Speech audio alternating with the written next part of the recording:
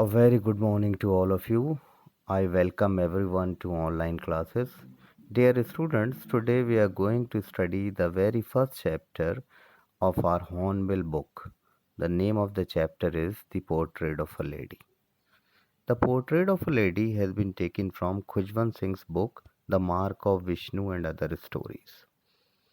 In this chapter, the author draws a pen portrait of his grandmother, who was his companion, guardian, friend, and caretaker.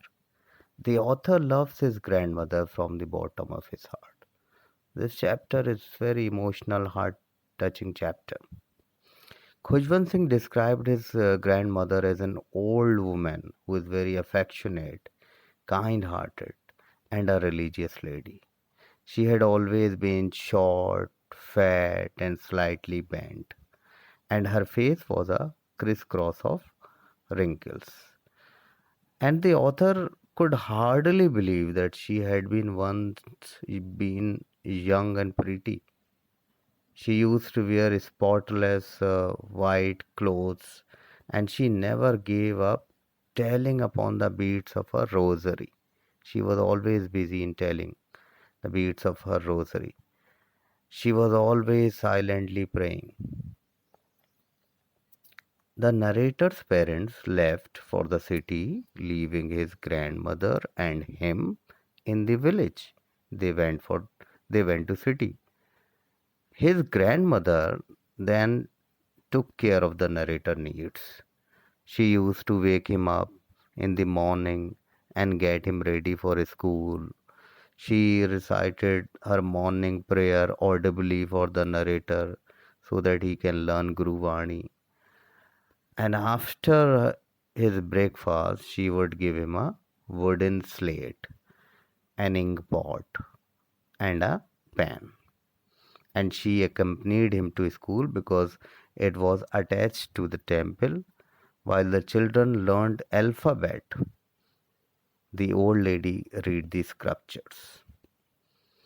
And when they used to come back on their way, come back, she would feed dogs on stale chapatis. So it shows her compassionate nature.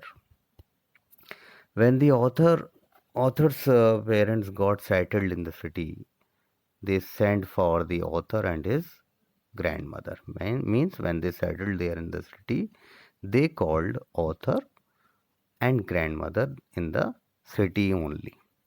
Up now the relationship and the routine of grandmother and the author changed. Now the author joined an English school and started going to school by bus. His grandmother continued to wake up and get him ready for school for some time. She did not like the kind of education the author was getting in the English school because the author was taught music there, and to her, to grandmother, music was meant only for harlots and beggars, and music did not mean for gentle folk. So when the author found a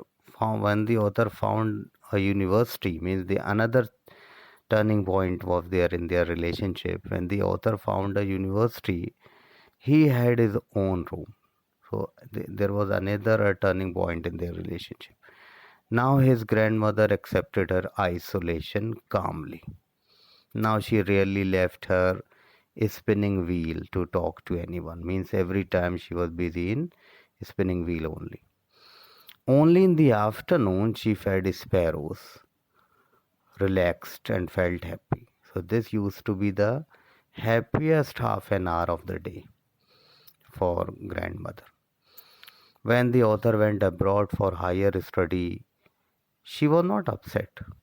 She saw him off at the railway station very bravely, and her were still moving in prayer because she was a spiritual lady. When he returned after 5 years, also students, even after 5 years, also, she was same. She came to the railway station to receive him. She celebrated his homecoming. She became doubly happy. Extremely happy, she gathered the women of the neighborhood in the evening, and for several hours together she sang. And as a result of that, do you know what happened? She overstrained herself. The next morning she was taken ill. The doctor said, but the doctor said that it was a mild fever, but she knew her end was near. So she did not intend to waste her time in talking to anyone, students. She kept praying and telling her beads even that time also.